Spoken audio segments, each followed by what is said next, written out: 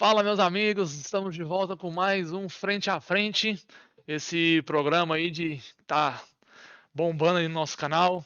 E hoje a gente tem um convidado especial, um amigo de longa data, um cara que eu sou fã mesmo. Esse cara tem um talento incrível, foi um fenômeno que explodiu aí em Goiás na arbitragem. Tem uma carreira que não tem, sim, mais de 10 anos, mas foi uma carreira meteórica e que fez por merecer, que tem todo a minha admiração e assim, vai estar na próxima Copa do Mundo, tenho certeza, mas vamos falar sobre isso aqui hoje, embora ele não vai querer muito cravar isso, que eu conheço ele, mas eu aposto, já falei isso há muito tempo atrás, e ele é um cara que veio para ficar e vai dominar, né, o espaço que ele está hoje. Seja bem-vindo, Bruno Pires. Depois dessa apresentação, assim, ficou difícil até falar alguma coisa, né? É um prazer estar falando contigo. Essa tecnologia hoje permite aproximar, mesmo a tanta distância, né? Você aí nos Estados Unidos. Eu hoje estou aqui em Sergipe para um jogo, em Aracaju, mas é uma satisfação estar te vendo novamente pela telinha. Nós que praticamente começamos juntos ali na arbitragem, você já um tempo anterior ao meu, eu lembro até quando eu fui fazer a minha matrícula no curso de arbitragem, que você estava lá, ainda falou assim, ó, faz para assistente que você vai chegar longe, e eu lembro até hoje disso, lá na sala do sindicato. Então, são pessoas assim, pessoas, amigo que a gente faz na arbitragem que fica para sempre e com certeza ainda tem papel importante nessa caminhada que a gente tem aí. Valeu, valeu. A gente já começa falando disso, então. Naquele dia, eu lembro bem naquele dia, eu cheguei lá, você estava sentado lá no sofazinho para fazer inscrição, era o Eduardo, secretário do sindicato ainda, né? Isso. E a gente começou a bater um papo, você perguntou, né, se eu poderia te dar alguma orientação, o que que eu sugeria para você, né? E eu peguei e falei, devido ao momento que a arbitragem passava, Goiânia, né? Se você fizesse para assistente, você tinha muita chance de subir mais rápido, dependendo, lógico, do lado do seu trabalho e do seu talento, né? E você acha que fez a diferença eu ter falado isso para você? Você passou a pensar realmente em optar por assistente? Com certeza. Quando eu fui fazer a inscrição para o curso de arbitragem, até porque naquela época, e eu gosto de pensar muito ali na frente, né? E quando naquela época tinha questão de ir para o quadro nacional, só entrava até os 30 anos, e eu já fui fazer o curso de arbitragem já com 24 anos, e a gente sempre que vai fazer inscrição, geralmente a gente, não, eu quero ser árbitro, eu quero ser árbitro. Mas pelos critérios que tinha na época, dificilmente eu chegaria ao quadro nacional fazendo para árbitro. Mas eu não me atentava para isso. E quando você falou, pelo momento que passa, questão de assistente, e eu fui buscar realmente como que funcionava a questão de promoção. Lógico que eu estava começando a engatinhar ali, só porque quando você começa, você já tem que ter um plano ali, até onde eu vou chegar, o que, que eu posso fazer. E o primeiro passo meu, depois de entrar para o quadro local, ali, quadro regional, estadual, seria um quadro nacional. Então, quando você falou da questão de assistente, eu embarquei e fui procurar quais eram os critérios, como que era, e realmente descobri que assistente, para se trabalhar um assistente é mais fácil do que propriamente um árbitro, né? As oportunidades para o assistente, ela vem mais fácil até pela questão de pressão e responsabilidade que você sabe que é complicado lançar um árbitro comparado a um assistente. E até pela posição no campo, assistente tem menos destaque, né? Tem menos ações decisivas no campo, não que seja menos importante, né? Embora a gente sempre gosta de brincar que as funções do assistente é só marcar lateral e impedimento, eles ainda fica atrapalhando a gente, né? Mas isso é só brincadeira nossa da arbitragem, tá para descontrair o ambiente. O assistente é fundamental, muito importante. Cara, e assim, são dois que vão pro jogo, né? Pelo menos dois. O árbitro é só um, né? Então, sim, você já tem 50% de chance a mais de ser escalado, não é isso? E assistente, como eu disse, que são mais fácil lançar. O assistente hoje, porque eu já peguei uma época mais contemporânea, uma época mais nova. Talvez essa fala que o assistente só marcava lateral e mais ou menos impedimento, É da época antiga ali que o próprio árbitro bandeirava e apitava, né? Então eu já peguei uma geração onde o árbitro, o assistente, ele trabalha muito e é muito falado em trabalho em equipe. Então, o assistente com comunicação que a gente tem hoje, com tecnologia no campo de jogo, de comunicação, a gente conversa o tempo todo. Então, o assistente acabou tendo um papel importante também e ajuda bastante o árbitro no controle do jogo. E, como você disse, são dois, e é mais fácil a comissão colocar um árbitro, lançar um assistente menos experiente, colocando ao lado de um árbitro. E já se colocar um árbitro iniciando a carreira, dependendo da partida, não é fácil, porque o holofote está todo voltado para o árbitro. Eu, como assistente, sei que, por mais que a gente abraça a causa, mas o nome que estampa as capas dos jornais, principalmente com alguma polêmica, é sempre do árbitro.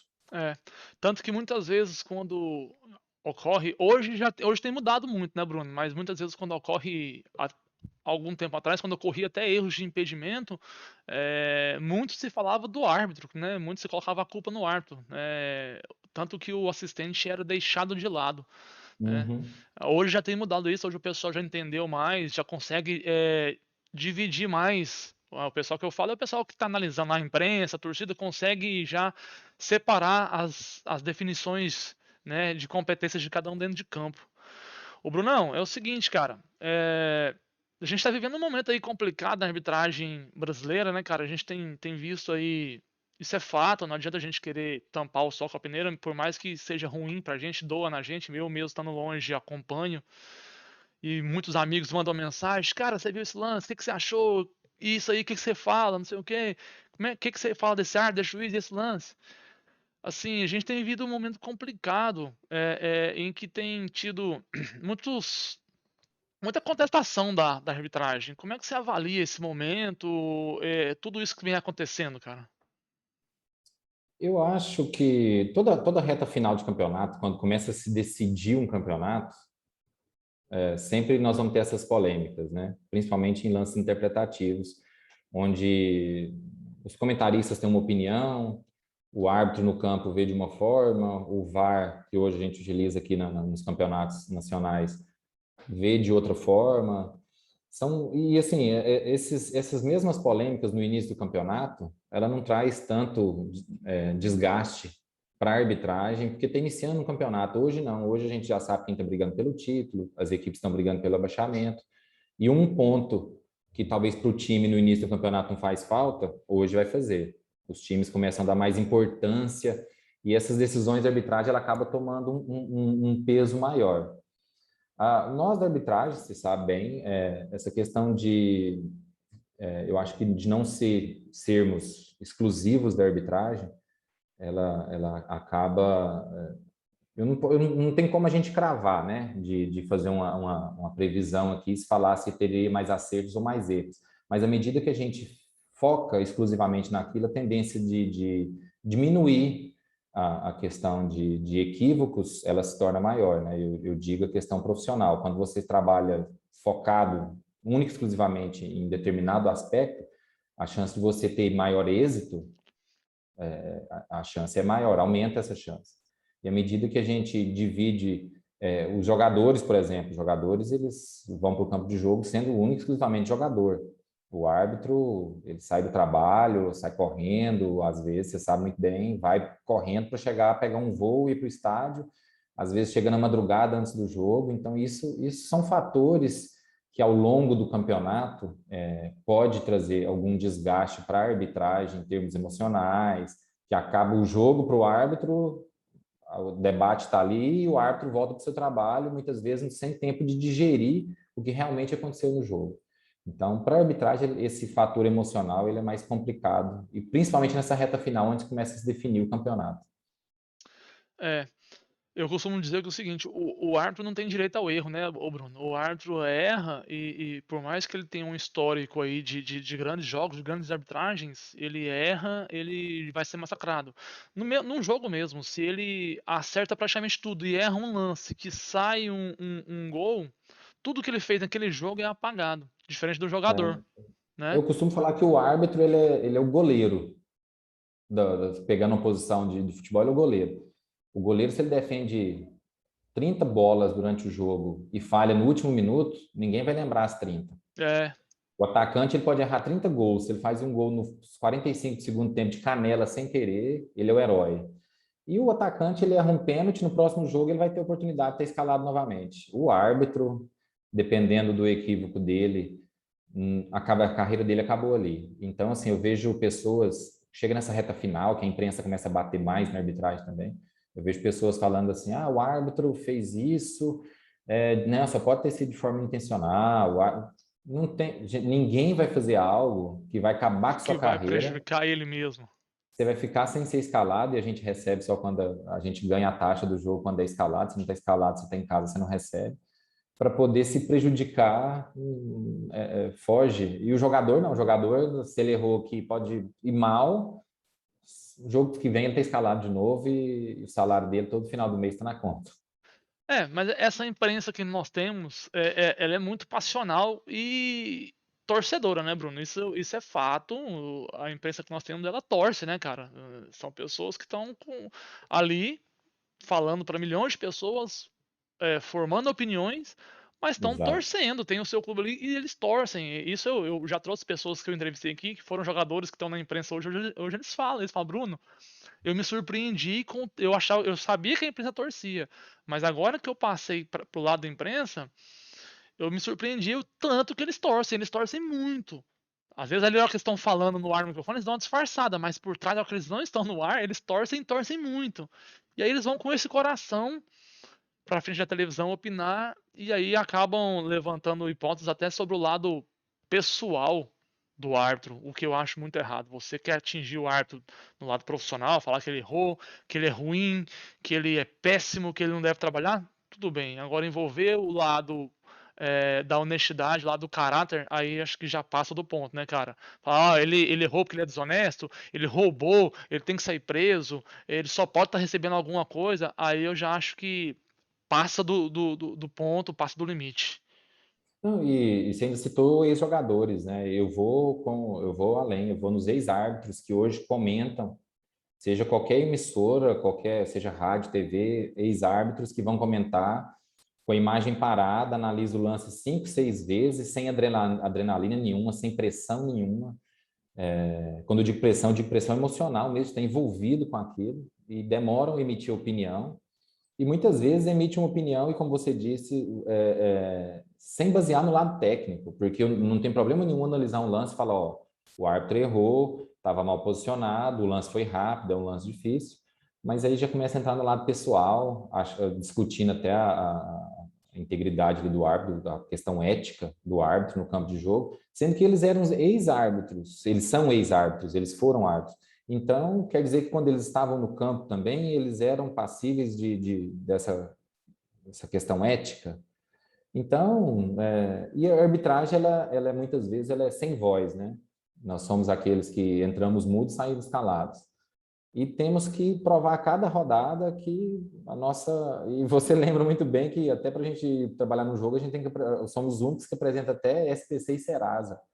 Então, você não pode... SPC, Serasa, declaração, antecedente Antecedentes, criminal, antecedente da Polícia criminal... Federal, tudo isso, né? Ninguém sabe Então, disso. e que a gente tem que apresentava esses documentos para poder trabalhar em uma partida. Então, assim, a lisura total do processo, mas que ficamos à mercê desses cidadãos muitas vezes que eles tentam formar opiniões aí através de comentários, a gente não sabe até que ponto, qual o objetivo desses comentários, né?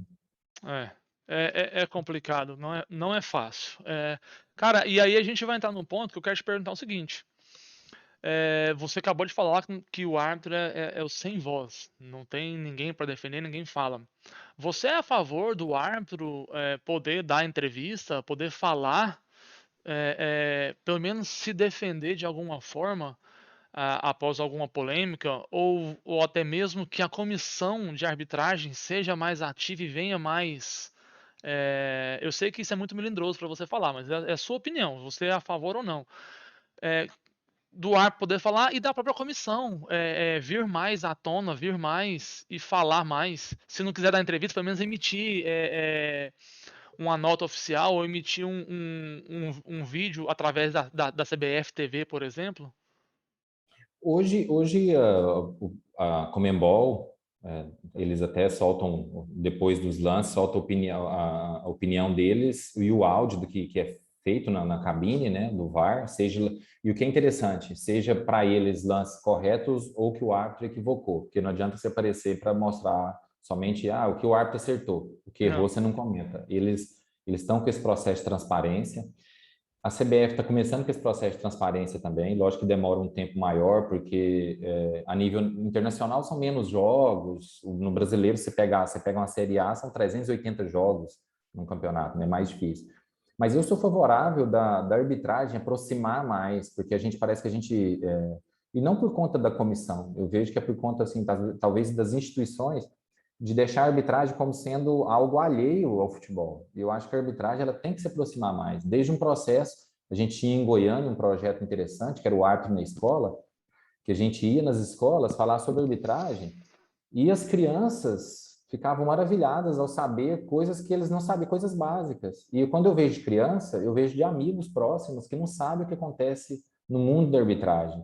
Então, eu acho que esse processo de, não sei se eu posso falar, humanizar a arbitragem, aproximar a arbitragem, é interessante. Então, a comissão, eu acho também que poderia, sim, aí depende da instituição maior, né, que não depende apenas, às vezes, da comissão, mas depende muitas vezes do que a instituição madre ali permite ou não, de tentar aproximar, colocando esses vídeos, aproximando o árbitro com alguns projetos, para inserir o árbitro e depois um degrau mais à frente ali, preparar o terreno para um degrau mais à frente e quem sabe a comissão, após os jogos, fazer os comentários ali, responder perguntas, seria interessante. Eu acho que se torna interessante. Processo assim bem parecido é o que é feito na NBA, né? A NBA, após as rodadas dela, a comissão se reúne, pega ali os principais erros, né? Da arbitragem nos jogos do basquete, e eles divulgam, né? Fazem um vídeo divulgando esses Uhum. erros e mostrando onde errou, como errou, por que que errou e o que que deve ser feito para não errar mais. A NBA tem esse processo. E eu É acho que seria interessante. interessante. Esse do áudio do VAR é interessante, porque muitas vezes o pessoal acha que quando o árbitro vai olhar um lance ali na área de revisão, as mentes, não sei, aquela teoria da conspiração acha que o árbitro vai em determinado time, que ele, não vou marcar porque é tal time, acha que existe essa conversa. E as pessoas próximas dizem isso. Então é bom escutar que a arbitragem ela é feita de conceitos. Lógico que muitas vezes eu estou analisando uma jogada com um conceito equivocado, mas tem todo um cenário que me leva a esse erro. Então, é bom que libera, porque todo mundo vê realmente o que é conversado, o que é falado e como é feito o processo da tomada de decisão. Não, eu já ouvi pessoas, já vi, assisti pessoas falando que acha que no processo ali de acontece uma jogada, aí tá analisando, né? O jogo segue. Até o jogo ali parar, para ter essa comunicação do VAR com o árbitro poder ir na cabine, eu já ouvi pessoas falando que chegou informação de alguém de fora ligou lá e falou para fazer isso, fazer aquilo, mandou mensagem na cabine do VAR. Então, assim, é toda uma teoria, uma conspiração que, cara, eu tive lá dentro, eu sei como é que é. Assim, tem falhas, tem erros. Somos seres humanos, os árbitros são seres humanos. Tem gente ruim trabalhando, essa é bem a verdade. Em todos os Uhum. segmentos você tem pessoas boas trabalhando, pessoas ruins por diversos motivos, por motivos políticos, por motivos de apadrinhamento, por tudo mais. Isso acontece. Isso sou eu que estou falando. Você não precisa concordar, você está nativo, tudo mais e tal. Isso é em todos os segmentos da nossa sociedade. Então tem pessoas boas e ruins trabalhando. Então o erro ele é inerente ao ser humano, ele vai acontecer. Se a pessoa que está trabalhando é ruim, o erro, a incidência de erro vai ser maior. Agora, daí insinuar que tem uma conspiração, que tem uma ligação de alguém, que tem uma mensagem de alguém, aí é um absurdo, cara. Eu acho que aí já extrapola, você não acha, não? Extrapola, com certeza. Mas é por isso que eu falo que é importante essa transparência no processo e concordo também de não ser feito de uma vez, porque tem gente que acha assim, vamos liberar o áudio, soltar o áudio no estádio.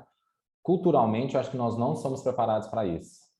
Não somos preparados. Igual você falou NBA, mas o público do basquete é um público mais seleto. Não, é A, diferente. a, a cultura A do cultura do futebol, a americano em cultura si. do futebol, Cultura do futebol, mas do futebol, seja qualquer local, seja aqui, seja na Europa, o futebol em si, a cultura de que é impregnada no futebol, é mais difícil de você fazer isso de uma forma abrupta, vamos colocar e pronto. Por isso que eu sou favorável ao processo. Vai introduzindo ali, passo a passo, com planejamento, e aos poucos você consegue abraçar e trazer a arbitragem para mais próximo, né? E também, se encontrar alguma resistência no meio desse caminho, freia esse processo. Por isso que É, eu sou favorável. não é. E com relação a externar o áudio para o público, só tem, até onde eu me lembro aqui agora, só tem 3 esportes que fazem isso, que é o futebol americano, né? O que o árbitro fala ali, tudinho, tá todo mundo ouvindo no estádio. O rugby, que é bem similar ao futebol americano, e o tênis, até porque o tênis é muito singular, muito particular, né? O árbitro tá ali na É, cadeira, tá ali falando, então não tem um apito, o árbitro não usa um apito para parar a jogada como nos outros esportes, então é diferente. São só esses 3. O basquete, o áudio não é divulgado para quem está ali no ginásio, né? É divulgado depois, como é feito hoje pelo Comembol.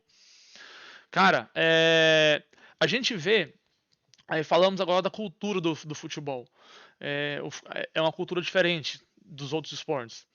Mas ainda assim, a gente vê um respeito maior lá na Europa, por exemplo, e até mesmo aqui nos Estados Unidos. Quando se vai ter o VAR, você não vê os jogadores aquela pressão em cima do árbitro, os jogadores indo lá perto da cabine, aquela gritaria que fica, os bancos de reserva se aproximando, o jogador, você entendeu? E quando o árbitro vai para o campo, que ele dá a decisão dele, não há uma vez ou outra há um questionamento, mas em sua grande maioria se acata esse respeito sem muita contestação ali dentro de campo por parte dos jogadores.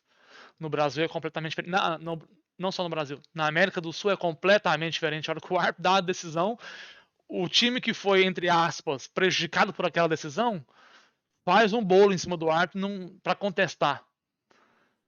Cara, como fazer para mudar isso? Você acha também que o comportamento dos jogadores é fundamental para mudar essa cultura? O comportamento dos dirigentes, da imprensa, é toda uma soma de fatores?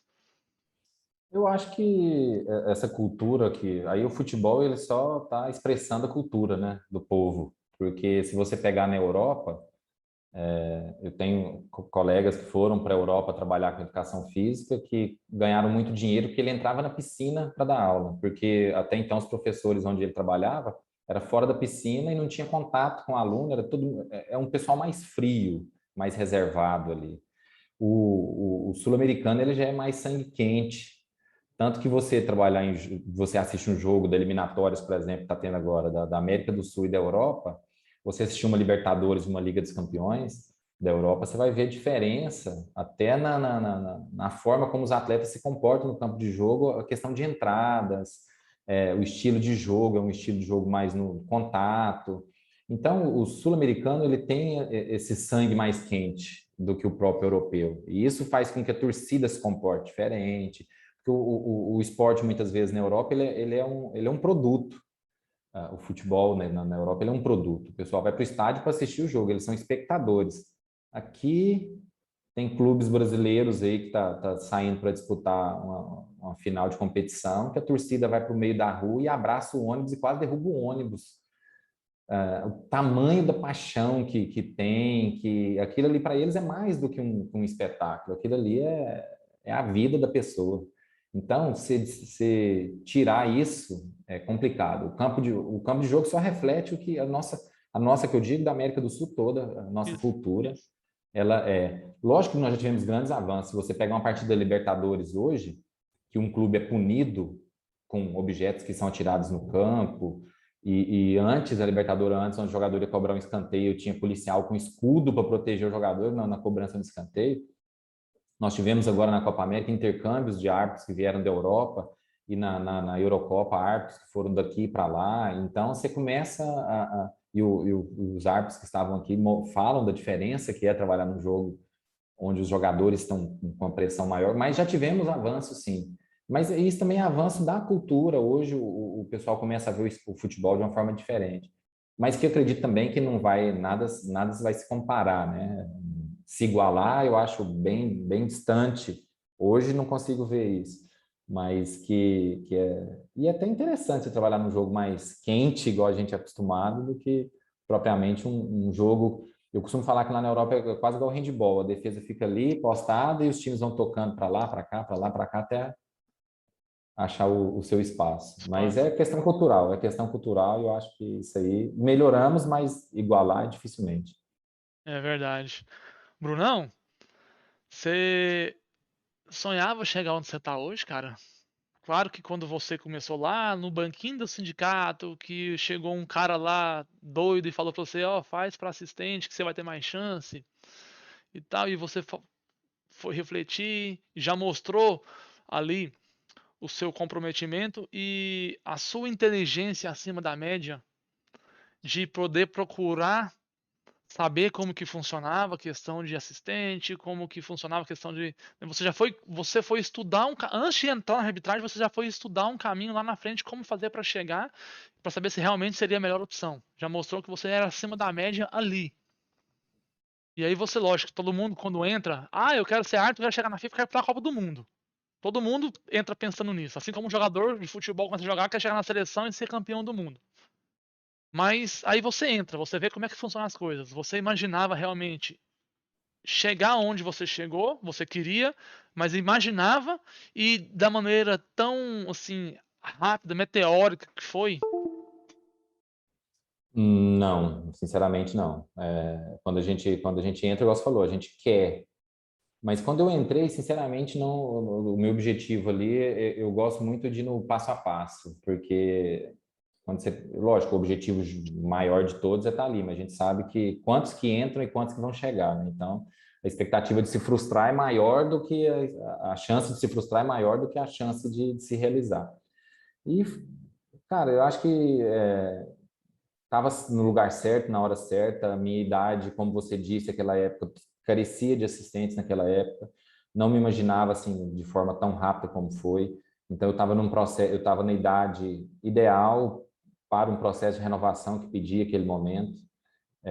Aí tem as pessoas que Deus vai colocando na vida da gente, né? Desde comissões de arbitragem até amigos que vão nos norteando ali, que vão nos colocando, não, faz isso aqui, segue ali, vai ali. E aos poucos você começa a ver o horizonte mais aberto e sempre com comprometimento do próximo degrau. Quando você falou de Copa do Mundo aí, ele não vai cravar, porque eu sei. Mas eu sou muito assim de degrau por degrau, porque principalmente na arbitragem, que você começa um ano, eu já comecei ano na arbitragem lá embaixo, terminei lá em cima, e já comecei ano lá em cima, que você termina escorado. Então isso é importante, eu acho que não só na arbitragem, né? Que a arbitragem, como eu falei da cultura, eu acho que a arbitragem ela reflete um pouco da nossa personalidade ali, como a gente é. E eu gosto desse passo a passo. E hoje eu tô escalado na partida, que se você vai mal na partida, a gente vê bastante isso na arbitragem, o árbitro vai mal na partida hoje, tudo que você fez no passado ali, você esquece. Então, não me imaginava e vamos degrau por degrau aí, lutando, e graças a Deus esse degrau por degrau me permitiu subir aonde eu jamais esperava. Conhecer lugares, pessoas, participar de eventos. Eu sonhava estar no estádio assistindo um jogo. Hoje eu estou participando dos principais eventos do futebol. Eu estou, graças a Deus, com essa oportunidade. Então, não esperava, sinceramente, e sou muito grato por isso. Quem são esses amigos aí que foram te ajudando, que você falou nas horas certas, os amigos foram te orientando, te ajudando? Citar nomes é complicado, né? Citar nomes é até difícil, mas a gente pega aí a quadra local e vou falar dentro da arbitragem só para não estender muito. Mas dentro da arbitragem, no primeiro conselho seu lá, da questão vamos ser assistente, e depois a gente trabalhou bastante junto também, e a gente vai pegando um pouco de cada um, né? De ter a leitura de jogo que você tem, de ter a responsabilidade que o Wilton, o André e o Elmo ali, que são o Eduardo, que são os carros-chefes ali da nossa arbitragem, e que eu sou bem consciente que o assistente ele depende muito do seu árbitro. Se talvez hoje a gente não tivesse grandes nomes na arbitragem em Goiás, arbitragem que eu digo no apito, talvez assistente não teria espaço, pela questão regional mesmo, a gente não teria espaço. O Fabrício, que se tornou um grande irmão para mim, né? O Fabrício Vilarinho, que eu vejo mais ele que minha própria família, às vezes, Então, vai criando essa amizade e a gente começa a ler bem, sabe, quando um tá azedo, quando um quer ficar quieto, quando um quer economizar é com o Fabrício mesmo, né? Então, Ah, economizar é com ele. Eu aprendi a chorar no preço com ele. Christian, Leone, Jefferson, que são pessoas magníficas aí também que vão nos apoiando. Leandro Cardoso, quero citar o Leandro, que foi uma grande pessoa que eu conheci na arbitragem. Faço essa questão de citar o Leandro, porque é uma pessoa maravilhosa. E tantos outros aí que servem de degrau, né? Não que a gente suba em cima, mas essa pessoa que ajuda a gente a subir o degrau. Essas pessoas são importantes no crescimento pessoal e, com certeza, profissional. não, bom, bom. Você e o Fabrício, vocês desenvolveram uma amizade bem bacana, né? Assim, muito se é, falava que poderia haver, assim, alguma, não vou dizer rixa nem rivalidade, mas assim, alguma concorrência por, você tava subindo, Rivalidade mesmo. muita gente levantou essa hipótese, né?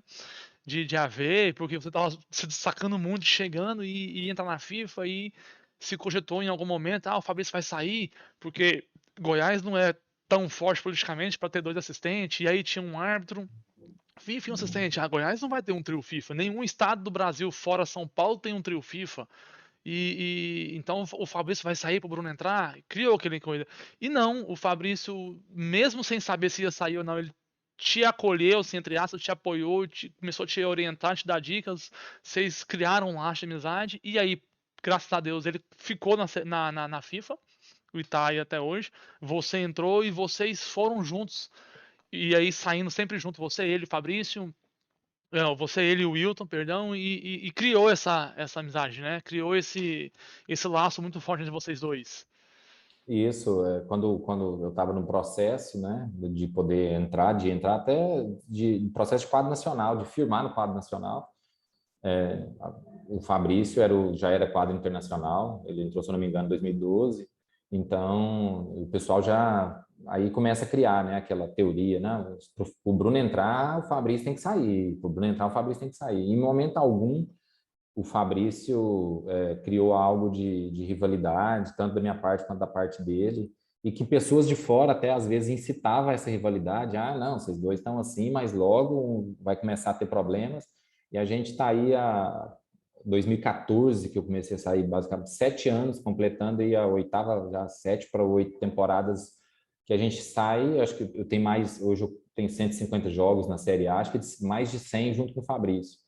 Então, nós criamos esse processo onde que eu vim e o Fabrício me acolheu, que é um cara sensacional, o coração dele transborda desse lado humano, tanto quanto o Wilton, que veio de Brasília, né, o Fabrício acolheu aqui também, quanto eu que estava chegando. Então, ele fez, e hoje a gente forma um trio FIFA, como você disse, né, que a Federação Goiana tem um trio FIFA, coisa que somente São Paulo que é uma federação à parte, né? É É uma quase uma confederação. confederação, é uma confederação. Então a gente criou essa amizade, cara, e nada atrapalhou. Brunão, você já teve na Polônia, não foi isso? A Polônia, Mundial Isso, Sub-20. já Que ano que sub-20, foi? 2019. 2019. E aí depois disso, teve algum outro torneio fora do país depois disso? 2019, torneio FIFA não. Nós Foi só tivemos isso. tivemos a Copa América agora, mas a Copa América foi no Brasil também, mas é um torneio internacional, né? Que foi a Copa Você América. teve nas duas últimas? Não, só Só nessa, foi a nessa primeira última. Copa América desse ano, isso. Tá. E você tá preparado. Seria na Argentina e na Colômbia, né? E acabou sendo no Brasil por conta da pandemia. Isso. E você está se preparando agora para ir para um torneio lá no Catar. Copa Árabe, é um torneio organizado pela FIFA. E se eu não me engano, é um preparatório para a Copa do Mundo, para ver as instalações do Catar, tudinho, alguns estádios que já estão prontos e tal. Que vai ser agora no finalzinho de novembro para dezembro. Cara, como é que você vê essa expectativa? Como é que você vê? Como é que foi lidar com isso? Como é que foi? Porque assim. igual você falou, você não imaginava, apesar de querer, não imaginava chegar, mas como é que é lidar com isso, essa expectativa, essa ansiedade, a família, os amigos, aí aparecem amigos que nunca foram amigos, mas aí se tornam amigos. Como é que é lidar com essa pressão toda, cara, e saber, cara, eu saí lá de Bela Vista, de Goiás, e tive na Polônia, hoje eu tô nos melhores jogos do Brasil e tô indo pro Catar fazer um torneio pré-copa e possivelmente você vai estar na Copa do Mundo, na minha opinião, eu acho que você vai ser um dos assistentes. Isso é fato. Você não vai cravar enquanto não sair oficialmente, mas como é que é lidar com tudo isso, cara?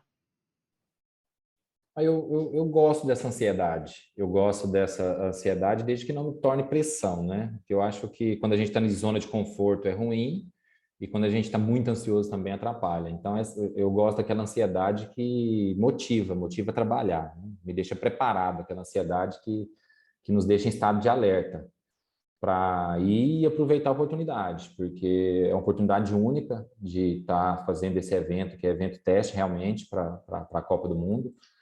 Evento teste que eu digo da questão dos estádios, né? Sim. Tanto que vai ocorrer na época que vai ocorrer a Copa o ano que vem, né? Na mesma época, final de novembro para início de dezembro. Antes tinha aquela Copa das Confederações, que foi extinta, e então eles criaram esse torneio para ser um evento teste para aproveitar a mesma época do ano. E eu vou preparado, né? Aquela ansiedade boa que faz a gente estar em estado de alerta. Tem a questão da família, né, que acaba pesando, você ficar quase um mês fora de casa, né? E quando eu falo um mês é o torneio, mas o preparativo para o torneio, os treinamentos, tudo que envolve, a gente acaba, às vezes, abdicando de estar junto com a família. E a gente tem que aproveitar o momento que está com a família, ser da família naquele momento, porque a gente sabe que a gente não, o dia da manhã não nos pertence, né? Então, a arbitragem, você está aqui, chegou uma convocação, você vai ficar 30 dias fora de casa. Então, a gente tem que estar com a cabeça leve, porque, como eu disse, a questão do trabalho, aquela hora, o árbitro vai para o campo de jogo, se a gente não tiver com a cabeça leve, você não vai para o torneio. Você está lá fisicamente, mas você fica preso a questões aqui. E isso acaba prejudicando o rendimento lá. E esse rendimento lá é um degrau a mais na minha carreira. Então, eu preciso estar concentrado ao máximo para aproveitar essa oportunidade que foi dada de estar no país da Copa, conhecendo os estádios da Copa do Mundo, que já é um grande presente. Não, sem dúvida, com certeza. E tá com 36 anos, é isso? 36. Nós temos a mesma idade. Então, ano que vem na Tô mais Copa. conservado, claro. Ano que vem na Copa você vai estar com 37 anos. 37. E aí para a próxima Copa do Mundo você vai estar com 40, porque ela vai acontecer 3 anos depois. Não, como é que é? Não, vai estar com 41. 41, 4 anos depois. Ela vai estar no processo também, possivelmente. Nós tivemos aí há pouco tempo o Van Gaal e o Emerson que foram para duas Copas, não é isso? Isso. Então a chance de você estar nessa é enorme e a chance de você estar na próxima também é enorme. E você vai estar na próxima, se Deus quiser, que vai ser em 2026, aqui nos Estados Unidos, e aí a gente vai se encontrar lá. Que eu vou te Ô, visitar, a gente vai bater um papo, vai passear junto.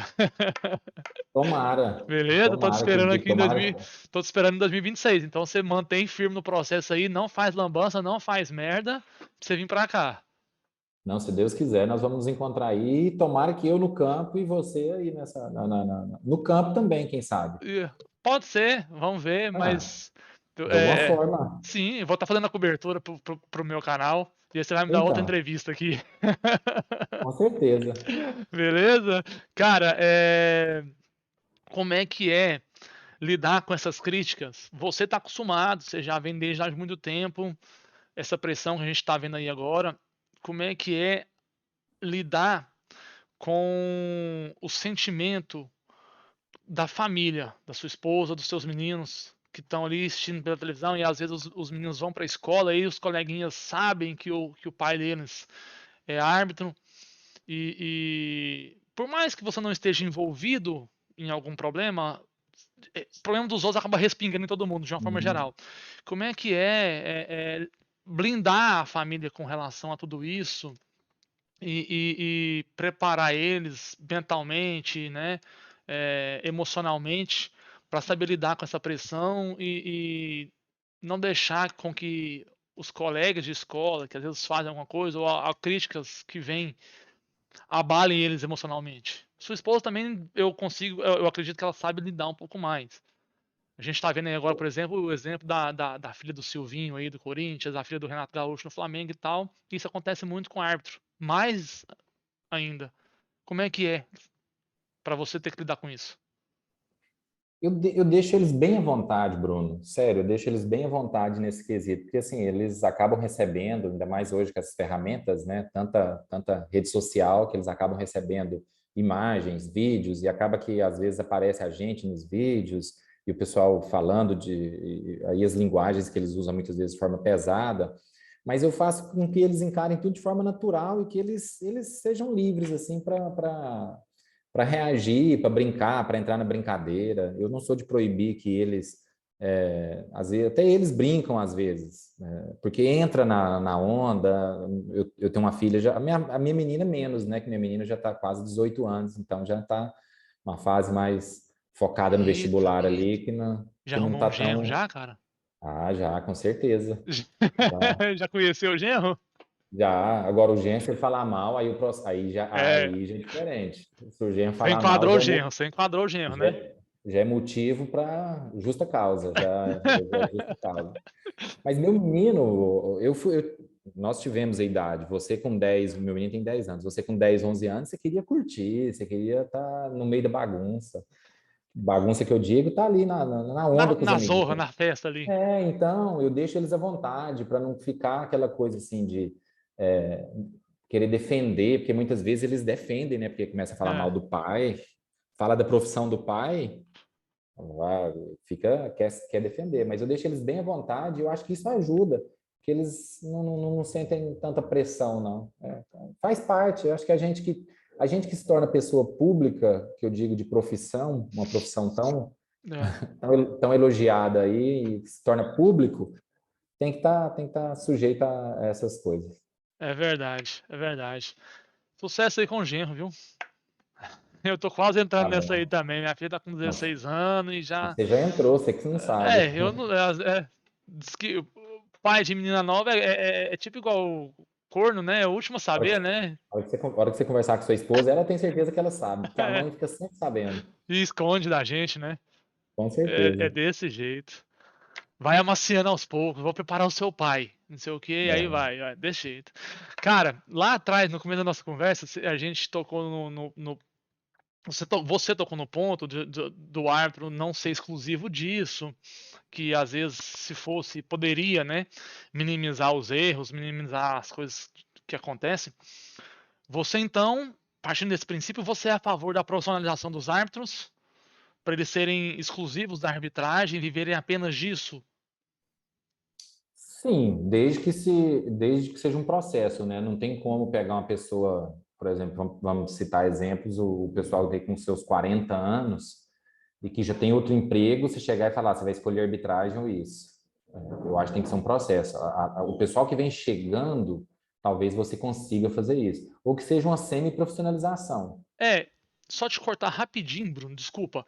Porque o pessoal fala muito da profissionalização, eles citam muito o exemplo da Europa e até mesmo aqui nos Estados Unidos. Eu só quero dizer o seguinte: não existe no mundo arbitragem profissionalizada.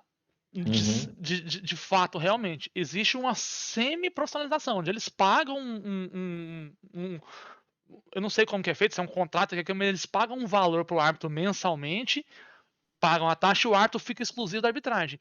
Mas não existe uma carteira assinada que ele vai viver só daquilo e garantido que todo ano ele vai ser aquilo. Ele tem que uhum. renovar a sua possibilidade. Isso, não, porque quando a gente entra, vem questão, não vou nem entrar em questão de lei trabalhista, porque aí eu já não entendo, já não sei como funcionaria. Mas se você pegar a arbitragem desses moldes, é o que era o ideal, ó, um contrato de um ano, porque aí eu também não vou ter um contrato até, eu vou ficar até os 50 anos na arbitragem e vou viver só de arbitragem, aí eu vou mal num jogo, eles vão ser obrigados a me escalar. Então, assim, eu entendo o lado da gestão quando encontra essas dificuldades, além de leis trabalhistas, né? Que é a especificidade da função da Aham. arbitragem. Como jogador de futebol, o jogador tem contrato ali de 1 ano com o clube e se ele está ali no banco, ele vai estar recebendo. Mas ele vai tentar ser titular, porque ele tem um salário maior aí a arbitragem entra nessa questão. Eu sou favorável que tenha esse auxílio para o árbitro, para o árbitro poder focar mais dentro da arbitragem, que a arbitragem não seja movida apenas pela paixão. Porque hoje a arbitragem, a nível, não estou falando do Brasil, a arbitragem no geral, ela é movida muito por paixão, motivação pessoal, de estar treinando, de estar buscando melhorias. Então, isso colabora, isso ajuda quando você tem esse retorno financeiro, porque hoje tudo que a gente vai fazer é financeiro. Se eu me lesiono, eu preciso de um tratamento. Quem vai me dar esse tratamento? Entendeu? Então, são essas coisas que a gente fala de profissionalizar. Não seria um profissional, mas Exato. que um tratamento mais próximo do profissional para o árbitro.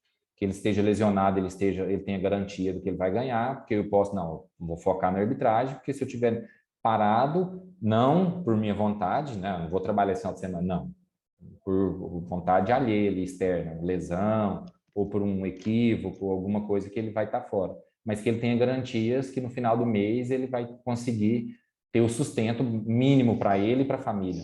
Exatamente, porque a pessoa, o que eu vejo muito nos debates aí nos programas esportivos aí do Brasil, o pessoal trata isso, e aí eu acho que é isso que trava a discussão. Ah, mas quem vai pagar? É um outro detalhe, teria que ver quem é que vai ser, quem vai pagar, mas assim, eles tratam como se o árbitro, a profissionalização do árbitro fosse o mesmo caso de uma profissão que existe no Brasil. Ah, a gente tem que assinar a carteira dele cara, e não é. Pode-se fazer um contrato profissional de 1 ano, por exemplo, como é no futebol. Ó, o contrato é para o ano de 2022. Você tá, o contrato seu é de janeiro a dezembro. Dependendo do seu desempenho, aí durante esse ano de 2022, você vai ficar totalmente disponível para a arbitragem. Você não faz mais nada. Você vai ter uma renda mensal, nós vamos te dar, se você concordar, e mais uma taxa para o jogo. E todo um respaldo por trás. Se você se lesionar, nós vamos custear a sua lesão, seu tratamento, tudinho. E aí, chegar no final de 2022, a gente vai avaliar o seu desempenho durante o ano para ver se renova para o próximo ano ou não. É assim. Isso. Porque as pessoas acham que lá, eles citam a Europa e acham que lá o árbitro tem uma coisa garantida por muitos anos. E não é assim. Eu vou citar como, por exemplo, o Howard Webb, a gente estava falando aqui, antes de entrar no ar, a gente estava falando, hoje ele comanda a arbitragem aqui nos Estados Unidos. Ele é o árbitro que apitou a final da Copa do Mundo de 2010. Ele era policial lá na Inglaterra. Ele era policial na Inglaterra. Então ele era policial e apitava jogo ao mesmo tempo. E aí, o jogo ele apitava de maneira que ele recebia por mês e a Uhum. taxa. Nós temos aquele holandês, que hoje me fugiu o nome dele. Um holandês que está sempre apitando Eurocopa e Champions League. Kuipers, se Hã? não me engano. Acho que é o Kuipers, se eu não me Eu engano. acho que é isso, me fugiu o nome dele aqui agora.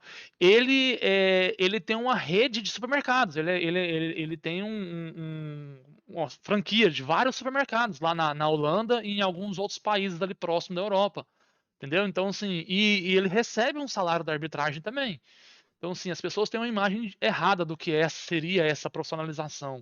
E aí, às vezes, acha que tem que ser como é uma profissionalização. Eu te contratei aqui e você vai ficar aqui. E não é assim, tem que te pagar FGTS, mas seria mais ou menos um contrato como é feito de um jogador de futebol, nos mesmos parâmetros. Isso. E o pessoal que vai começando um processo agora já sabe, já saberia, ó, estou entrando aqui para arbitragem, o contrato é feito anual se eu tiver um rendimento, e aí eu vou ficar exclusivo disso, ou talvez abrir um negócio, ser, por exemplo, um personal, no caso da área de educação física, que eu monto meus horários que não vai me atrapalhar dentro da arbitragem, porque eu tenho que estar à disposição. Se eles me Exato. chamarem, eu tenho que estar à disposição disso. E no final do ano, se eu não renovei, por meu desempenho, por interesse da instituição, eu tô fora e sigo a vida, mas eu já tenho ciência. Difícil é você pegar alguém que já está na fase final de carreira e falar, ó, você faz isso, ou você não faz. É mais difícil você conseguir. Você perderia grande parte do quadro hoje mais experiente, né? Exatamente. Então tem que ser feito em processos. A gente está encaminhando aqui para o nosso final, Brunão, e até porque eu tenho que te liberar, sei dos seus horários aí. Um último tema que eu vou entrar para a gente debater rapidinho, aí eu te libero, a gente encerra, beleza? Apesar Beleza. que eu queria conversar com você há muito tempo, que nosso papo flui, é bom, mas tem as obrigações. Cara, nós estamos vendo aí que tivemos esse problema envolvendo aí o Leonardo Gaciba, essa demissão. E aí o Alício assume, segundo o presidente, de forma interina até o final do ano. A gente tem que ver como é que vai ser isso. E o presidente da CBF, que também é interino, decide que vai colocar os árbitros agora concentrados até o final do campeonato. Tá faltando aí 6 rodadas. Tem clubes que faltam 4, mas faltam 6 de fato. Os assistentes também vão ficar concentrados? Serão só os árbitros e os árbitros de vídeo? Não, então os árbitros, assistentes e árbitros de vídeo. Todos que Então, estão envolvidos, que estarão envolvidos nas últimas rodadas. então vocês saem dos jogos e voltam para o Rio de Janeiro. Estão ficando na Granja Comari, não é isso? Isso, eu não por conta da viagem, né? Que eu viajo já na É, terça-feira. você, Então, eu, o Wilton e o Danilo, que é o assistente, que vai com a gente de São Paulo, Danilo e o Maniz. Trace, de Santa Catarina, que vai como VAR no torneio, nós não vamos participar porque a gente não vai estar envolvido nas últimas rodadas, né? Perfeito. Aí o que eu te pergunto é o seguinte: essa atitude que o presidente tomou agora, eu já debati ela outras vezes com o próprio Fabrício Vilarim. Eu já tenho essa opinião há 2, 3 anos atrás. Eu já falava isso. Que eu penso, é até uma maneira de fazer uma profissionalização, que os árbitros deveriam, vai começar o Campeonato Brasileiro, ficar à disposição da CBF em um determinado lugar, que seja na Grande Comari, que seja lá no Oscar Inn, lá que tem a parceria também. Uhum. E dali eles sairiam para os jogos, fariam jogos e voltariam para lá, com todo o suporte com a comissão, com a comissão da CBF. Por quê? Voltou do seu jogo, aí você vai fazer uma análise do seu jogo, ver o que aconteceu ali durante a semana e dali vocês vão para o campo de futebol para treinar, para aprimorar o que fez de errado e continuar treinando todos os dias. Como é feito o jogador. A Uhum. temporada da arbitragem vocês vão ficar à disposição da CBF num determinado local, vai definir esse local. E aí você chegou um final de semana, você não está escalado, não tem um treinamento pela CBF, se a CBF liberar, você vai para a sua cidade visitar a sua família. E aí o presidente da CBF está fazendo isso agora. Essas últimas rodadas vai ficar ali concentrado. Você acha que para os próximos anos deveria ser assim? Porque a nossa arbitragem ela é estadual. A gente pertence aos estados. Aí depois acaba os Uhum. estaduais, a gente vai para a CBF, ficar à disposição da CBF. Você acha que acabou os estaduais? Deveria ser sempre assim? Os árbitros, os principais árbitros que estão sempre trabalhando, ficar ali num determinado local para essa concentração acontecer, para que pré-jogo vocês façam treinamentos diários, físicos, técnicos, didáticos, e pós-jogo vocês façam as análises do desempenho e façam treinamentos que corrijam possíveis erros e aprimorem coisas boas?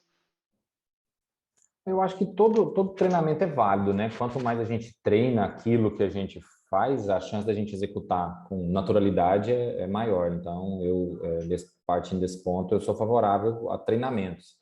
O Brasil, a gente é um país, um continente, né? Então, muitas vezes, fazer isso de forma regionalizada, talvez teria bons frutos e até renderia mais pela quantidade de árbitros que nós temos, né? Se você poderia, por exemplo, pegar a região centro-oeste, vamos em Goiás, nós vamos, essa semana, treinamento em Goiás, todo mundo vai para Goiás, a gente fica lá, faz o treinamento lá e ter esse tipo de trabalho regionalizado. E de vez em quando, um nacional, pega um grupo de elite ali que eles querem trabalhar e faça isso de forma nacional. Eu acho que sim, funcionaria, é algo a se pensar, é algo bem interessante, que eu acho que era até projeto da CBF, eu já escutei esse projeto na CBF. Às vezes é difícil a implantação desse projeto, pela questão, muitas vezes, financeira, né? Porque demanda um quantitativo de pessoas, de datas, porque o calendário brasileiro ele acaba ficando muito apertado com jogos. Por isso que eu sou favorável até regional, fica mais fácil você pegar menos pessoas ali e trabalhar com maior qualidade. Mas aí entra a questão que a gente fala do financeira, né? Quem que vai arcar com isso? Para o árbitro, porque o árbitro aí ele não pode ganhar somente a taxa do jogo.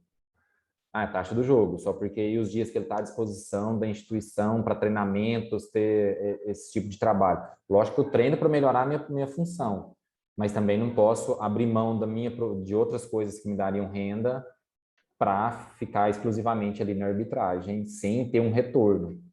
Então, aí entra o lado negativo, o lado negativo não, o lado mais complicado de se implementar um projeto desse, né? Mas todo tipo de treinamento que puder ser feito, a gente vê quando você sabe, quando a gente fazia aqueles 3, 4 dias de treinamento ali, quando vai para o campo é outra coisa, parece que age naturalmente. Sim, E claro. quando você treina apenas nos jogos, que a gente brinca, né, que a gente treina só nos jogos, a chance de dar algum problema de erros é maior. Porque eu acho que a arbitragem é situação. Se eu já vivi aquela situação, é mais fácil resolver. Então, quanto mais situações eu tiver em treinamentos, eu vou colocar em prática com maior eficiência. É. O grande problema que eu vejo de fazer regionalizado, Bruno, é as estruturas que tem nos estados. A gente sabe que a boa parte dos estados não oferece nenhuma estrutura, né? A gente sabe disso. Goiás é privilegiado, mas muitos estados não oferecem nem pista de atletismo para fazer uma prova. Muitos fazem prova correndo no asfalto ou na terra, né? Então, assim. E também, cara, o que eu vejo é o seguinte: a CBF, às vezes, a comissão da CBF passa uma determinação para as comissões estaduais repassarem aos árbitros. Aí esse translado, CBF, comissão estadual, que já não chega da mesma forma, você consegue compreender? Uhum. Por isso que eu penso que se tivesse num local com a comissão da CBF no dia a dia, essa ligação seria direta. Agora, Não, e realmente, quando, quando eu, eu também entendo que essa dificuldade aí já teria que ter a contrapartida da parte financeira. A gente já parte para praticamente uma semi-profissionalização, né? Isso. Quando eu falo regional, seria instrutores da CBF, desvinculados da comissão local. Comissão Sim. local, uma coisa. A CBF não, a CBF prepara os instrutores e esses instrutores vão trabalhar em seus polos ali. Isso é um projeto, né? Isso é uma ideia, assim, que, lógico que a gente fala conhecendo de forma rasa a situação, porque a hora que vai subindo as instâncias, a gente sabe das complicações para a questão de colocar em prática, mas que seria uma ideia talvez interessante e renderia bons frutos. Hoje a gente já tem, com a pandemia, nós tivemos muito reuniões virtuais e que traz benefícios. Então, eu acho também que pode ser aplicado até para tomar o Brasil, esse país desse tamanho, né, a gente conseguir chegar em todos os cantos do país com a mesma instrução. Então, as plataformas de ensino estão aí, vídeos, análises, que poderiam ser feitas de forma virtual, que também renderiam bons frutos, mas que a gente não perca a prática no campo. Que a gente treine, que a gente possa treinar no campo o que a gente vai fazer ali no jogo. Não, bacana, cara. É isso. Para essa reta final que a CBF está colocando vocês todos lá, você não vai estar porque você está indo para o Catar. Ela falou alguma coisa de ter uma ajuda financeira para os árbitros que vão estar lá durante todo esse tempo? Porque vai ficar aí praticamente um mês, né? Um mês mais ou menos, quase. Não, Eu não não chega a dar um cheguei. mês, vai dar 15 dias, 20 dias, porque o campeonato acaba dia 8, dia 10, vai dar uns 20 dias. Chegou Uhum. a se falar de ter algum retorno financeiro por Eu estar à não, disposição? não ouvi nada, não ouvi nada sobre isso. E até o pessoal está chegando lá agora, né? O pessoal foi quinta, sexta-feira e hoje sábado, então eles estão indo para lá agora. Mas eu não estou, em relação a isso, eu não fiquei sabendo de nada. Ah, tá. Não, beleza. Brunão, vou te fazer algumas perguntas aqui rapidinho, jogo rápido, tá, para você responder e tal. Cara, quem foi sua maior inspiração, sua maior referência até o presente momento? Boa pergunta, hein? Fabrício Vilarinho. Fabrício Larim. Até pela posição em campo, assistente. Isso. Hum. Até o presente momento, qual que foi o jogo mais marcante para você? De frio na barriga e marcante, River e Boca. Semifinal da Semifinal da Libertadores, Libertadores, isso. 2019. 2019, isso. Foi o jogo da Bomboneira ou foi o jogo Do do Monumental, o jogo da Monumental? ida. Da ida, né? Monumental. Isso. Se não me engano, acho que a ida e a volta foram árbitros brasileiros. Um foi o Klaus, outro foi o Wilton, é Isso. isso? Klaus Wilt, exato. É, Eu fiz junto com o Klaus. no Monumental. Monumental, isso. É diferente a torcida argentina? Ah, No Brasil, a gente tem inúmeros clássicos, né? Na Argentina, River e Boca e é o clássico nacional, então Mas muito se fala que a torcida deles é diferente da nossa, né, cara? Eles empurram até o final, mesmo o time não estando bem, eles isso, empurram. Aí depois do jogo eles vão isso. xingar e vão cobrar, né? O que é diferente da. Eles apoiam bastante o time. No É, Brasil também as torcidas têm, com essas novas arenas, né, estão bem mais participativas e a pressão é maior, mas River e Boca foi especial. é diferente mesmo. São quantas finais de campeonato goiano que você tem, Bruno? Ah, não me recordo. Perdeu as contas, né, viado? Não, desde 2013, desde 2013, isso, 2013 para cá. Copa do Brasil já fez? Final? Fiz as últimas duas, Inter e Atlético e Palmeiras e Grêmio. E vai pra próxima agora, né? Não, nessa agora nós estamos fora, nós vamos estar Não chega a viajando. tempo, não? Não, Ah, então beleza. Uma Copa América, um Mundial Sub-20, Copa do Mundo 2022. Tá bom, com fé em Deus, tá, tá tá bom. bom. Cara, até o presente momento, se você pudesse reviver um momento da sua carreira, um momento da sua vida que fosse, se for fora da arbitragem, se você pudesse voltar no tempo e reviver aquele momento ali, qual seria? Ah, o nascimento dos meus meninos. Dois momentos, então seriam. Especial. Dois momentos, dois momentos. Seu filho continua custoso ainda? Nunca foi. Nossa senhora! Sistemático igual o pai. Esse é o cão chupa-manga. Sistemático igual o pai. Tranquilo na dele. Cara, satisfação ter você aqui no Frente a Frente. Bom te ver de novo, saudades. Nossa amizade é, vai além da arbitragem. Foi feita na arbitragem. A gente já se conhecia mais ou menos antes. Você era nosso freguês no futsal. Cansou de apanhar pra gente. Mas Ah, você jogou comigo contra, né? Futsal. aham, nós fomos Você apitou o adversários. jogo meu no futsal. Trabalhei, não, eu te aguentei muito tempo. E eu que te aguento, né? Tem uma história nossa que eu conto para todo mundo de um jogo nosso Campeonato Goiano lá em Anápolis, mas essa aí Pode fica contar. pro off. Pode contar. Aqui não tem. Não, tem... fica pro off. Essa. É o que você tá me É devendo o até hoje, lanche. né? É o que você É o nunca me lanche que eu pagou, tô te né? É o devendo. lanche. Pode contar. Se quiser Tô te contar, fica à devendo. vontade. Não, não, fica pro off. Tá me devendo esse lanche até hoje, viu? Você Vou nunca pagou esse pagar. lanche. Vai Vou pagar pagar. como? Como você vai pagar Vou ir agora? nos Estados Unidos. Aí você não convida para ir na sua casa. Convida para ir que eu Pô, vou ir. gasta um pouquinho desse dinheiro que você tá ganhando na arbitragem aí. Vem cá passear.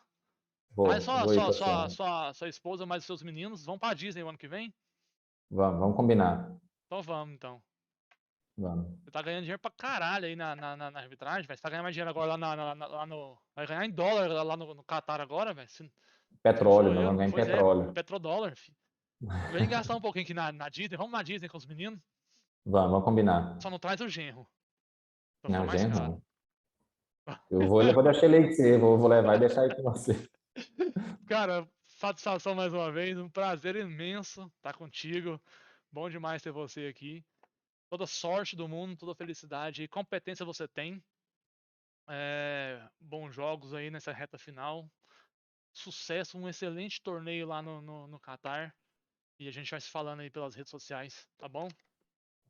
Eu que agradeço imensamente estar podendo falar contigo. Falar com amigo é fácil. A hora passou aqui mais de uma hora e quando fala, vamos ficar uma hora conversando. Eu já pensei, uma hora, eu não aguento 5 minutos. Mas quando a gente fala com amigo assim, é bom. Tem história aí pro dia todo, se deixar. Se não fosse os compromissos, a gente ficaria aí batendo papo. Mas boa sorte para você aí também. Te agradeço aí as felicitações, que eu sei que é de coração. Pessoa boa, pessoa que saiu daqui, coisa que eu acho que eu não daria conta de sair daqui para buscar a vida fora, assim como você está fazendo, levou a família, tá lutando. E é isso que a gente faz todo dia, né? Acorda dia após dia em busca do melhor para a família. E se Deus quiser, vamos nos encontrar, ou nos Estados Unidos ou lá em Bela Vista, tomando um água de coco lá no lago. Beleza. Deus, tá bonito pra caramba o lago lá, né, cara? Bela Vista está na semifinal da terceira divisão, rumo à Copa do Brasil agora. Tô acompanhando, tô acompanhando. Cara, então é isso, galera. É isso aqui, nossa amizade é assim, a gente brinca muito. Ele até ficou um pouco mais travadinho hoje pelos os assuntos, que é meio melindroso, eu sei disso. Mas em off a gente brinca muito, fala muita besteira um pro outro. Mas é isso, a gente vai ficando por aqui, convidando você a seguir aquele protocolo que a gente sempre fala. Se inscreve no nosso canal, deixa o seu like, críticas, sugestões, comentários aí, elogios. Manda abraço pro Bruno, manda sucesso aí, entendeu? Não fala mal da arbitragem, os caras trabalham pra caramba. Vou começar a postar uns vídeos aí dos bastidores aí para mostrar para vocês o tanto que esse pessoal trabalha, tá?